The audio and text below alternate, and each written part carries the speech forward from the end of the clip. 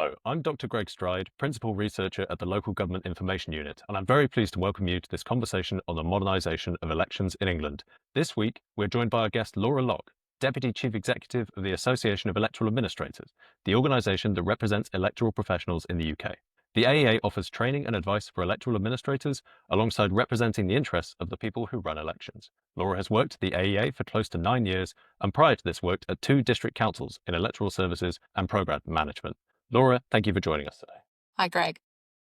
Laura, could you please start by introducing yourself a little? How did you get involved in running elections and your work for the AEA? So I started in elections 22 years ago, having previously worked for the Open University, doing some event management, and thought, well, surely it's broadly similar, which elections are one big event. There's lots of other things, but so I moved across, as you said, I worked at 2 district councils up in Cambridgeshire, and that gave me a really good grounding and base knowledge. And then I moved across to the association in 2016 to start supporting members across the UK delivering their polls. Brilliant, thank you. And I appreciate this might be quite a long answer, but for any of our listeners who aren't sure, what exactly do electoral administrators do? Well, we don't work one day a year. That's the common misconception. So broadly, electoral administrators work on 2 elements to electoral administration. So electoral registration, which is the less glamorous part of the job. You hear a lot less about it, but each summer you'll have a letter through your door that says, do these people still live in the house? Or you might get it by email now that we're starting our modernisation agenda. They will make sure the electoral register is up to date. So when a poll is called, be it a parliamentary election or be it a parish council by-election, they'll make sure that everyone who's eligible is on the electoral register. And that also includes people, so at parliamentary elections, people living overseas can register to vote and vote. So they do a lot of work with overseas electors, service voters, anonymous electors who can't have their details put in the public domain. They also do lots of work with students and care homes and frequent movers and other underrepresented groups to make sure that they're able to participate when they want to. And then the more higher profile bit is when they're working on the elections. So your poll card, they will have booked your polling station, and that gets printed onto your poll card that they will have ordered. They will take all of the nominations for the poll and they will send them through the data so that we can print ballot papers. They do everything in relation to organising the count and declaring the result. Electoral administrators are very, very rarely the people actually on the stage reading the result out, but they're the people that have meant someone can read that out. And we always like to say, sort of, without electoral administrators, we wouldn't have a government because we wouldn't have had the elections, or we wouldn't have councils. They also do other things year round. We have community governance reviews, and we have neighbourhood planning referendums and other types of democratic areas that they have to get involved in, as well as being experts on things like information governance and employment law and everything like that. It definitely sounds like it would take longer than one day a year. That's really useful. Thank you, Laura. Can I just ask as well, I've heard and read a lot that the AEA has published about how things have been changing over the last few years. Would you mind getting into that a little bit? Yeah, so we had a very static system for a long time. So when I joined in 2003, we'd just moved to rolling registration, which meant that you could go on the register throughout the year. Prior to that, where you lived in October, that was it for the year. That's where you were registered to vote. Ever since I've joined, there's been one change after another. We've seen 11 years ago, we moved away from the household canvass, where the head of the house put everyone's details on the form, to now individual electoral registration. People are responsible for registering themselves. And that also introduced online registration. So in the last decade or so, the government has really focused on moving to digital services and making sure people can do that.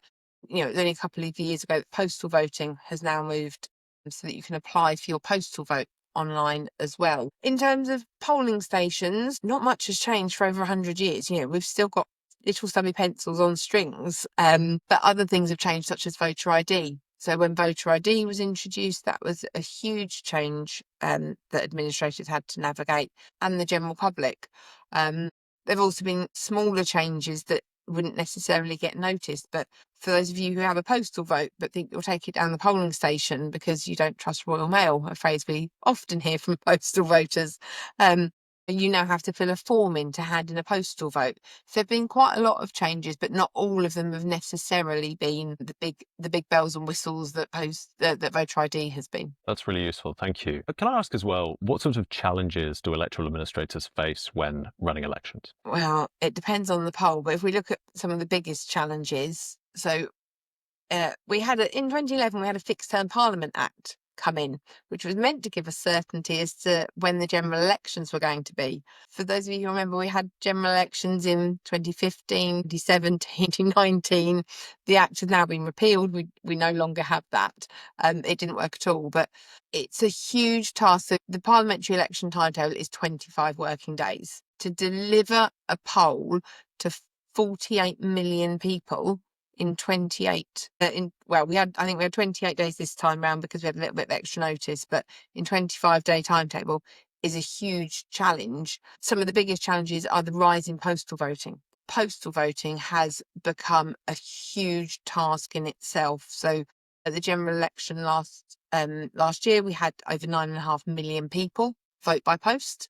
Those sorts of volumes. So that means basically getting 28.5 million envelopes printed and the ballot papers to go in them and getting them out in the post in enough time for them to be returned before the close of polls. The post votes have to be returned by 10 o'clock in the evening on polling day, polling station votes. It's a really significant challenge, post voting. And a lot of the work the government are trying to do is to try and build some resilience into the system. We've got some fantastic election printers. We just don't have enough of them.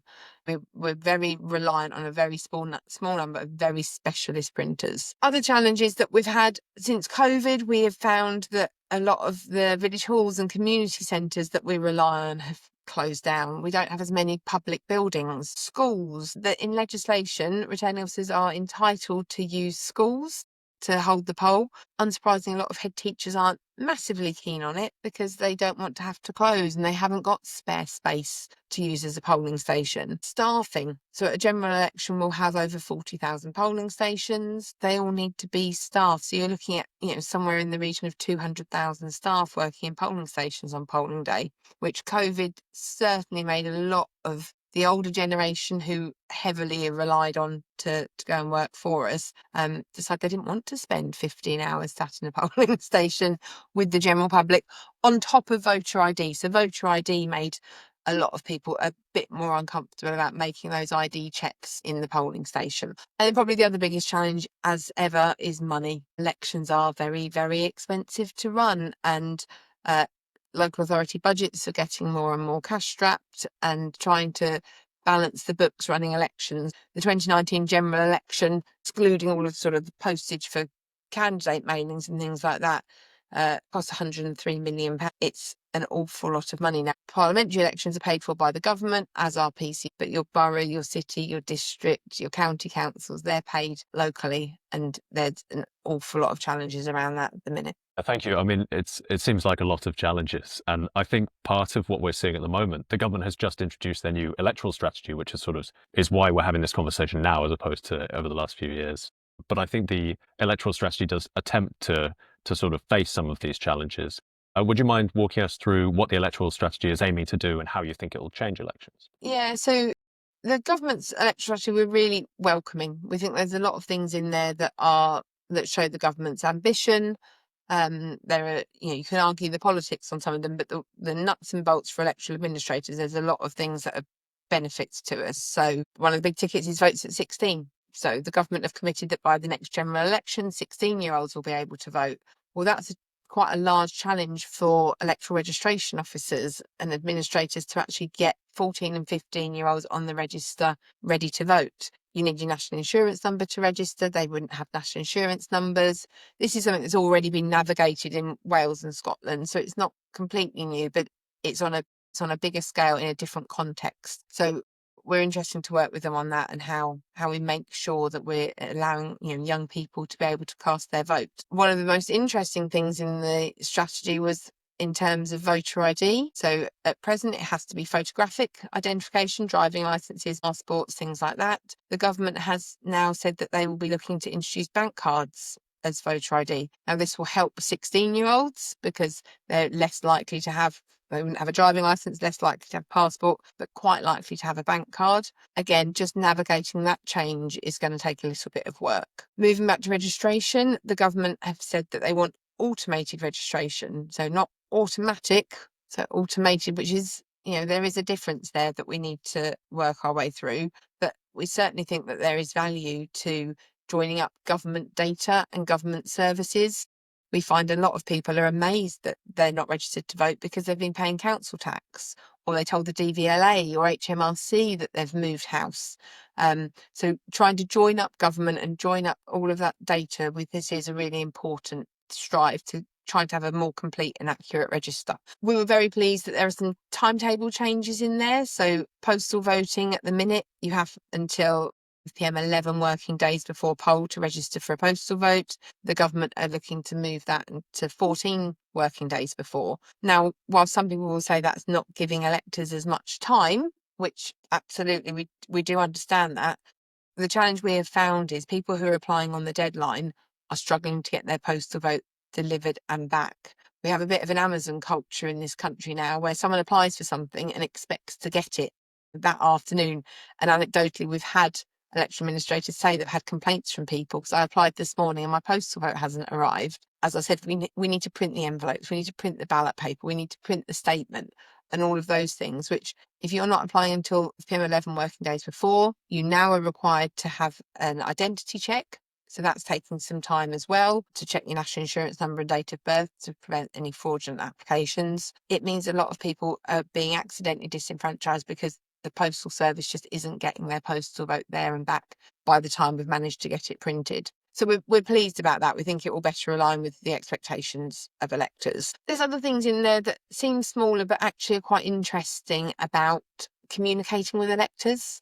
So returning us to send a poll card about the election, and it's quite official looking, and it tells you where your polling station is and what ID you can bring and the deadline for absent voting. But actually, that should almost be the last piece of communication that they're getting. It makes sense for them to have information up front. If we have their email address, we can tell as soon as the election's called, let's let them know the options for them. Let's send them applications for postal vote forms if we think that's the best thing to do. Let's tell them where their polling station is going to be. They're also looking to pilot other ways of voting. So they're going to be holding some pilots, which we have done historically, but probably nearly 20 years ago now that we were doing any of that. It's really important that we actually think about how electors engage with democracy. We need to be thinking about the ways, we still have polling stations in village halls in little villages. And the problem that we find is that not everyone can get to those during the hours of poll on a Thursday. Last time, my brother lives in New Zealand. Last time I was in New Zealand, we were in a shopping centre on Saturday afternoon and there's a polling station. When I was in the departure lounge at the airport to fly home, there was a polling station. So exploring alternative ways of people casting their vote. I have to vote in the polling station for my polling district.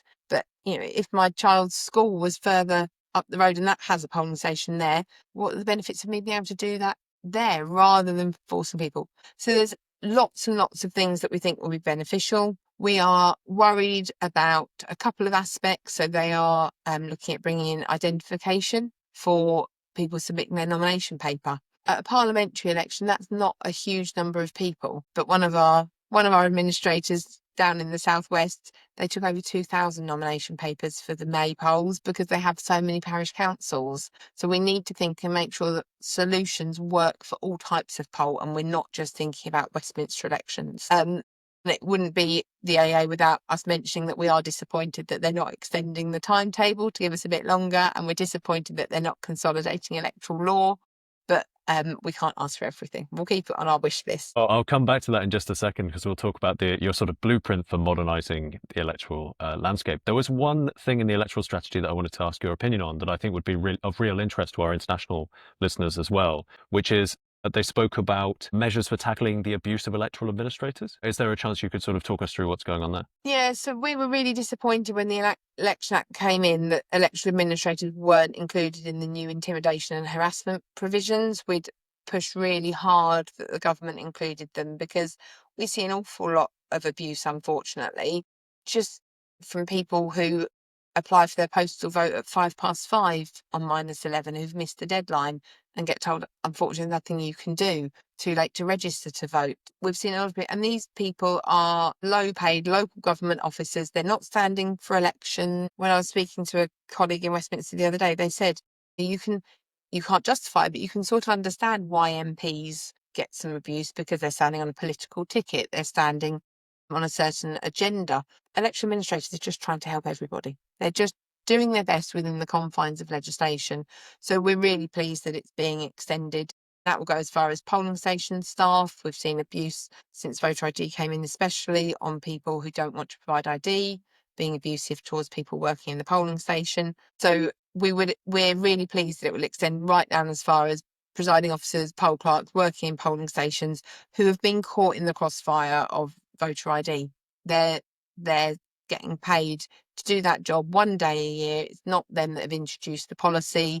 They're just there to implement it on behalf of the government. Yeah, and we would share your sort of your support for this policy. It's something that LGRU's research has also shown that a majority of electoral administrators will have faced some form of abuse or harassment, or someone in their team will have at the last general election, and we're very pleased that there are measures being brought in to tackle. So another question our listeners might have is that we're going through a long process of local government reorganisation in England at the moment. How is that affecting the way elections are run? So there's a lot of nervous election administrators because they're not entirely sure what elections they've got when, what council they're going to be working for in a few years' time, how the parish structure is going to work.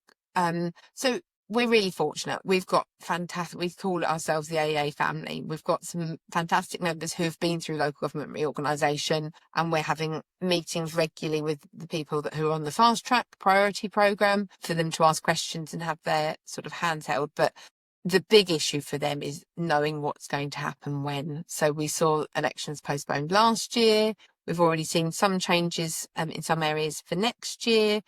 And we're just wanting to be really clear about what polls they've got. They've got other things to consider as well. So a lot of them are trying to start community governance reviews to unparished areas in their communities to try to make sure that once the new authorities have come in, we haven't got any sort of gap where they feel that they could have done with another level of democracy to try and help pick that up. So there's a lot of CGRs going on at the moment.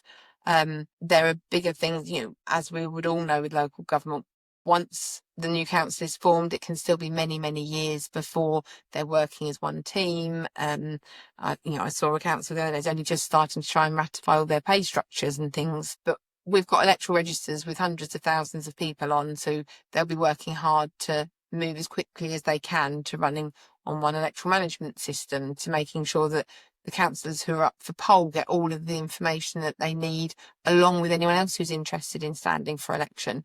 So there's an awful amount for them to do, but their biggest issue is just uncertainty. Definitely, and it runs through the entire process. It keeps on cropping up in unexpected places. I remember seeing the change to the supplementary vote system for mayoral elections being in the English devolution bill as well. That's another, as ever, electoral legislation is covered over, 300 pieces of secondary legislation to cover the whole gamut, I think it is now. But the supplementary vote coming back for mayors, we've been told that won't be back for next year. We're probably looking at 2027 for that change to come in. And that's just bringing back what we had before. But in terms of devolution, bringing in more mayors, how that works with PCC elections or PFCC elections, there's an awful lot of things that will need to be worked through in a very short period of time. With very limited resources. Just my final question. So you released this blueprint for a modern electoral landscape earlier this year. I know it's not the first time that you've done that, but it's kind of the most recent one. What else that the government hasn't yet said they're considering do you think needs to happen for elections to be truly modernised? You've already mentioned the consolidation of electoral law and extended election timetables. What else is on the wish list? So we think overseas electors at the minute, we've extended the franchise. So it used to be that you had to have been registered in the UK within the last 15 years. We've now got that it doesn't matter when you were last registered, but we are still finding overseas electors are registering once the election is called. They are not receiving their postal vote. They're not having someone locally who they can appoint as a proxy. We think the government should be exploring overseas constituencies to see whether that would actually, because if we had, at present, there are 650 constituencies. So there are 650 different ballot papers to try to get to the person overseas. Nominations don't close until 19 days before poll, so we can't start printing those. And they are moving the time of that is going to go to midday, hopefully, rather than 4 p.m. So we can get the printing presses going a bit sooner. But we are, we think if overseas constituencies were introduced, we could then start looking at alternative ways of overseas electors voting, because there would be 2 or 3 or 4, however many it was felt was necessary based on the numbers.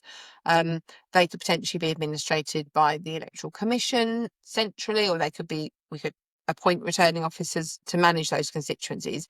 But at present, all 650 constituencies have got overseas electors who we're trying to navigate those challenges for, which is certainly a bit of a struggle. We've also, in our blueprint, talked a lot about, and it relates to the pilots, but about when and how we vote. So we have polling day on a Thursday for 15 hours. We have postal voting if you can't get there during that time.